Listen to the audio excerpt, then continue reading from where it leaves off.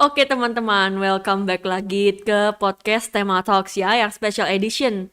Nah, hari ini sama ya teman-teman, kita ditemani lagi dengan salah satu divisi di Stella Maris yang akan membawakan satu topik menarik nih. Dan podcast kali ini akan dibawakan dari divisi finance lagi teman-teman, yang akan dipandu oleh saya Sola Teresa Anastasia, atau biar lebih akrab panggil aja dengan Miss Tere.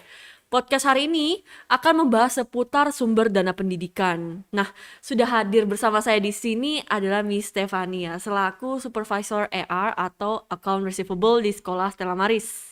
Yes, hai semuanya. Saya Asik. Stefani, biasa dipanggil Fani. Oke, Miss Fani, berapa lama nih bekerja di Stella Maris saat ini? Sudah kurang lebih 12 tahun. Oke. Iya, Udah lama ya Miss ya, 12 tahun ya. lumayan. Bisa Gimana dibilang nih? lama.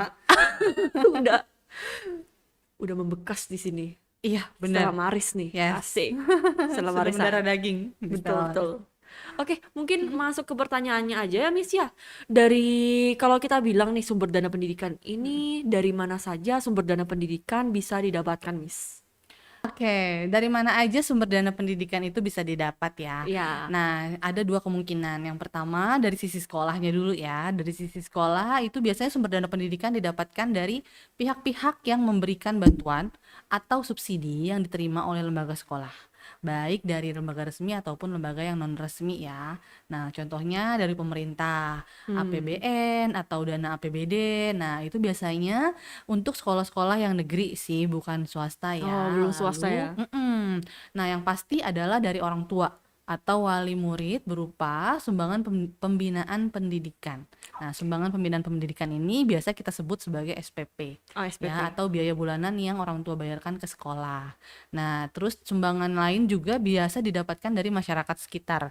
Walaupun ini jarang terjadi sih, masyarakat sekitar Hmm. kadang ini untuk sekolah-sekolah yang kecil ya, Kecil. Hah. biasanya ada masyarakat yang membantu mensupport untuk dana sekolah-sekolah yang ada di daerah terpencil gitu. Nah, atau bisa juga hasil kerjasama sekolah dengan instansi lain. Instansi lain itu misalnya dari instansi sejenis ataupun yang non sejenis ya, misalnya dari tempat kursus atau Atau tempat les. Nah, biasanya sekolah-sekolah ada menjalin kerjasama, ya, bisa juga didapatkan dari dana itu gitu. Nah, kalau dari sisi yang satu lagi nih, yang kedua dari sisi kita sebagai orang tua. Nah, sumber dana pendidikan tentu didapatkan dari simpanan Hmm. atau dari tabungan kita sendiri sebagai orang tua ya. Jadi kita harus benar-benar menyiapkan dana tersebut supaya pendidikan anak kita tidak terganggu. Oke. Gitu. Iya. Nah, bersangkutan nih dengan persiapan dana yang pertama ya, Miss. Ya. Kalau misalkan bagaimana cara mempersiapkan sih dana pendidikan ini? Oke, kalau untuk mempersiapkan dana pendidikan anak itu sendiri ada beberapa cara yang bisa Hmm. kita lakukan ya. Nah, salah satu contohnya yaitu kita membuat tabungan dana pendidikan anak secara khusus atau melalui investasi biasanya ya. Tapi sebelum memilih instrumen-instrumen investasi ini, ada Hmm. beberapa langkah yang harus kita perhatikan. Oh, Karena terbagi ya? kita nggak sembarangan ya Iya, kalau memilih benar. investasi untuk anak ya, apalagi untuk pendidikan kan. Benar. Nah, itu ada beberapa cara. Yang pertama, kita harus mengumpulkan dulu nih informasi tentang biaya pendidikan itu sendiri. Oke. Ya, di podcast sebelumnya sempat kita membahas juga mengenai dana pendidikan juga ya, Iya, biaya-biaya benar. pendidikan ya. Nah, yang pertama kita harus mengetahui dulu tuh biayanya kira-kira berapa sih yang harus dikeluarkan untuk dari preschool atau TK sampai dengan kuliah, ya TK sampai kan? dengan kuliah ya, Miss, ya, biasanya. Nah, terus kita harus tentuin dulu yang kedua, tentuin pilihan sekolahnya di mana, ya Hmm. kan? Kira-kira mau menyekolahkan anak di mana, terus sesuai dengan bakat yang dimiliki oleh anak, ya kan? Terus juga sampai dengan kuliah. Nah, sebagai catatan, pilih sekolah yang sesuai dengan kemampuan anak dan harus sesuai dengan finansial kita. Hmm. Balik lagi Benar. ya. Oke, yang ketiga, hitung perkiraan biaya dan susun anggarannya. Jadi nggak sembarangan, misalnya kita udah tahu nih biayanya berapa. Nah, harus disusun juga misal apa namanya anggaran-anggarannya ya kan. Setelah kita cari tahu mau sekolah di mana. Nah, pasti kan kita tahu tuh gambaran dana yang akan dikeluarkan kira-kira berapa kan. Gitu. Harus ditentukan dulu prioritasnya apa nih kebutuhan-kebutuhan kita kan banyak nih, ya Hmm. kan. Nah, kita harus bener-bener maintenance tuh. Kita harus bisa memprioritaskan kebutuhan-kebutuhan mana. Nah, Hmm. dan jangan sampai terlalu fokus menabung dana pendidikan. Akhirnya membuat kebutuhan lainnya terbengkalai. Oke. Gitu. Jadi walaupun pendidikan penting, tapi kita harus memikirkan juga kan kebutuhan-kebutuhan lainnya gitu. Nanti kalau misalnya kita bisa buat bayar uang sekolah anak, tiba-tiba makannya kurang gitu Kurang, kan, iya kan kasihan malah jadi anaknya. vitaminnya berkurang kayak gitu-gitu juga harus perlu Bener. dipertimbangkan. Nah, dan yang terakhir, kita harus buat rancangan anggaran sesuai inflasi. Balik lagi, Oh, seperti yang diketahui, inflasi itu selalu terjadi setiap tahunnya ya, dan tidak dapat dihindari. Akan tetapi, kondisi ini sebetulnya bisa diantisipasi. Nah, diketahui inflasi pendidikan sendiri bisa mencapai 2,5% setiap tahunnya. Nah, agar persiapannya lebih matang, Bapak Ibu bisa mengasumsikan nih inflasi yang terjadi setiap tahunnya, kurang lebih sekitar 3%-an ya. oh 3 sampai 5. 3 sampai 5 lah, bisa. Oh, oke. Mm-mm. Kalau gitu, karena memang kan inflasi ya Miss ya, Iya, semakin bertambah. Jadi betul. value uang ini juga kan tidak pasti ya Miss ya. Nah, Mm-mm. kalau gitu gimana sih cara kita menghitungnya Miss?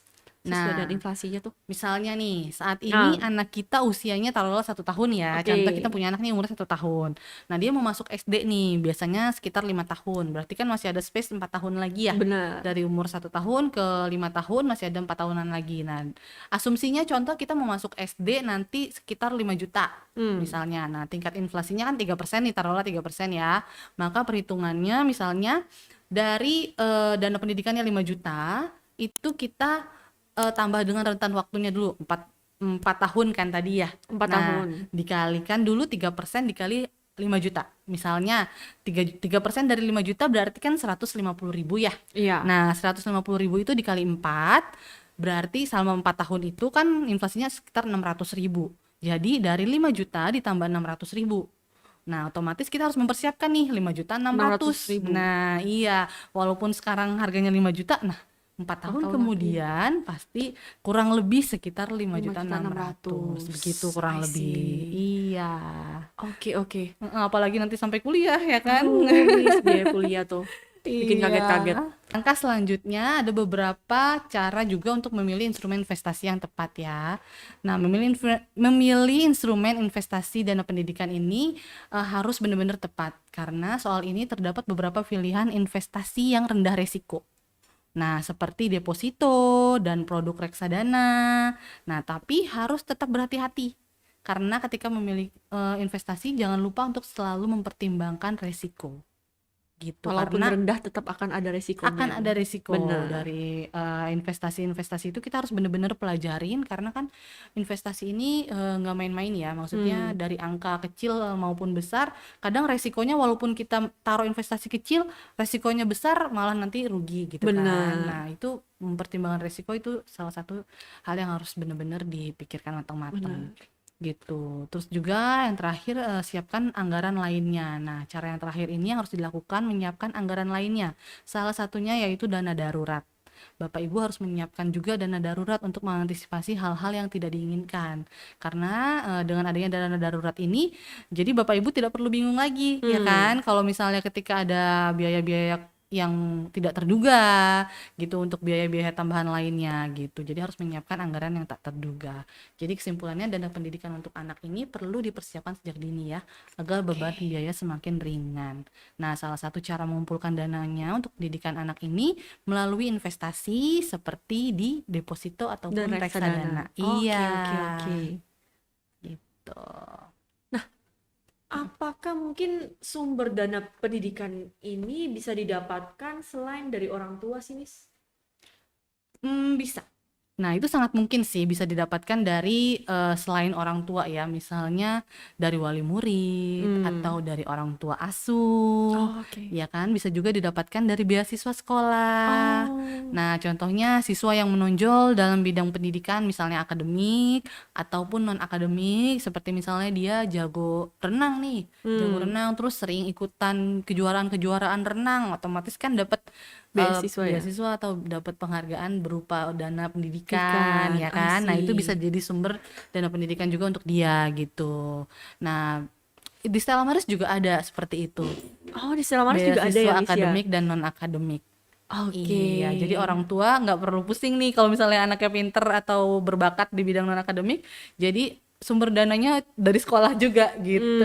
Jadi orang Hmm, tua hanya menyiapkan misalnya paling ya makan sehari-hari atau transport gitu. Untuk oke. SPP biasanya udah di-cover sama sekolah I see, gitu. oke. Mantap sekali ya teman-teman kita mengetahui Stella Mm, Maris juga menyediakan beasiswa akademik dan non-akademik. yes. Jadi orang tua nggak perlu khawatir juga ya Miss ya kalau Iya, misalkan anaknya berbakat bisa di-apply ke beasiswa tersebut ya. betul. Nanti Oke. di-cover baik dari uang pangkal ataupun uang Oh, sekolah bulanannya. oke dari SPP juga ya berarti Miss ya. Iya. Oke. Nah, kalau misalkan gimana nih jika di tengah jalan tiba-tiba ada kondisi yang buruk misal, yang buruk ya Miss ya kalau kita bilang, misalkan orang tua ya jangan sampai ya teman-teman, tapi ketika Mm-mm. ini sebagai eh apa ya kita bilang? Antisipasi Iya mungkin benar, ya, ya. antisipasi orang tua sakit atau Heeh. bercerai atau misalkan ya paling jeleknya Miss meninggal dunia gitulah. Gimana Mm-mm. Miss? Nah, itu sih pasti sumber dananya akan berubah ya. Awalnya kan Hmm, sumber dana dari orang tua tersebut, benar. tiba-tiba orang tuanya sakit ataupun meninggal, otomatis sumber dananya akan berpindah. Misalnya, anak ini mau nggak mau harus meminta bantuan kepada sanak saudara, misalnya Benar. dengan oma atau opanya, ya kan? Jadi Hmm, sumber dananya pindah nih dari mami papi ke oma opa oke. gitu kan. Atau misalnya mereka minta bantuan ke tempat ibadah Oh biasanya. iya benar. Dari gereja kan suka ada ya untuk bantuan-bantuan seperti itu.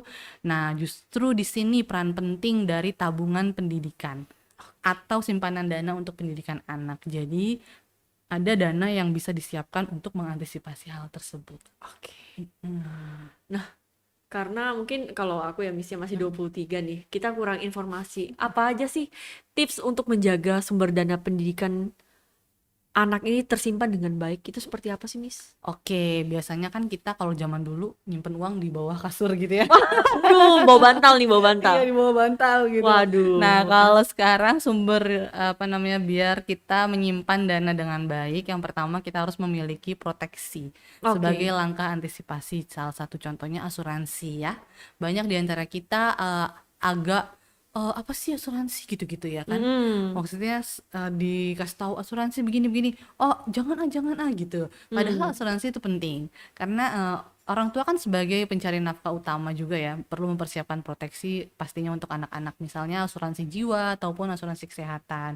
Nah, bersyukur sekali sekarang udah ada BPJS ya Iya dari bener. pemerintah ya, itu untuk kesehatannya. Nah, untuk pendidikannya juga kita perlu antisipasi dengan asuransi gitu. Dengan melakukan antisipasi, setidaknya akan ada uang pertanggungan yang akan ditanggung asuransi saat hal-hal yang tidak terduga ini terjadi gitu. Hmm. Sehingga dalam kondisi apapun, anak akan tetap mendapatkan pendidikan yang terbaik gitu Betul. sesuai dengan yang telah kita rencanakan di awal Oke. gitu. Terus juga kita harus konsisten untuk menabung dalam instrumen yang tepat. Jadi jangan asal pilih bank untuk nabung ya gitu, karena kan untuk nabung juga kita perlu lihat-lihat nih banknya kira-kira apa namanya ada biaya Bunga tambahan atau bunganya biar seberapa besar, besar, bener. biaya adminnya gitu-gitu.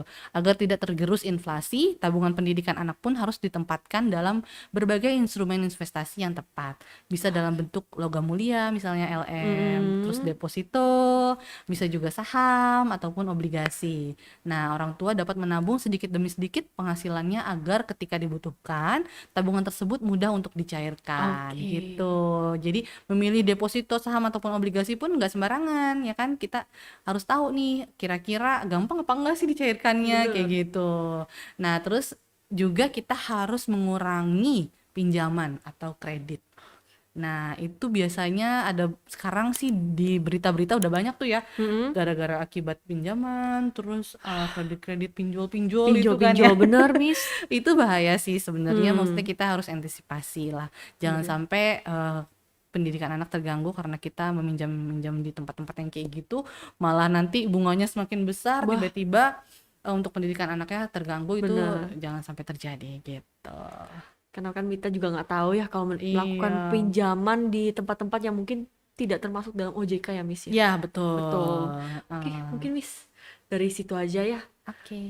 Banyak sekali masukannya Miss. Mungkin saran dan juga pengetahuan baru untuk teman-teman dan orang tua di luar sana yang memang membutuhkan informasi lebih dalam sumber dana pendidikan anaknya mereka ya Miss ya. Dan nggak kerasa teman-teman udah hampir 30 menit kita membahas seputar sumber dana pendidikan ini. Semoga apa yang kita bahas hari ini bermanfaat bagi teman-teman yang menonton. Yes. Buat yang tertarik nih untuk tahu lebih banyak tentang Stella Maris School Gading Serpong, silakan klik link di sisi kanan atas atau bisa juga menghubungi di nomor 0878 7278 5231 dengan format nama /usia anak /pertanyaan teman-teman. Oke, dapatkan informasi terbaru tentang podcast dan Sekolah Stella Maris di Instagram @stellamaris.sch. Akhir kata saya Mistere dan Dan saya Fani. pamit undur diri. See you on the next podcast. Bye! Bye.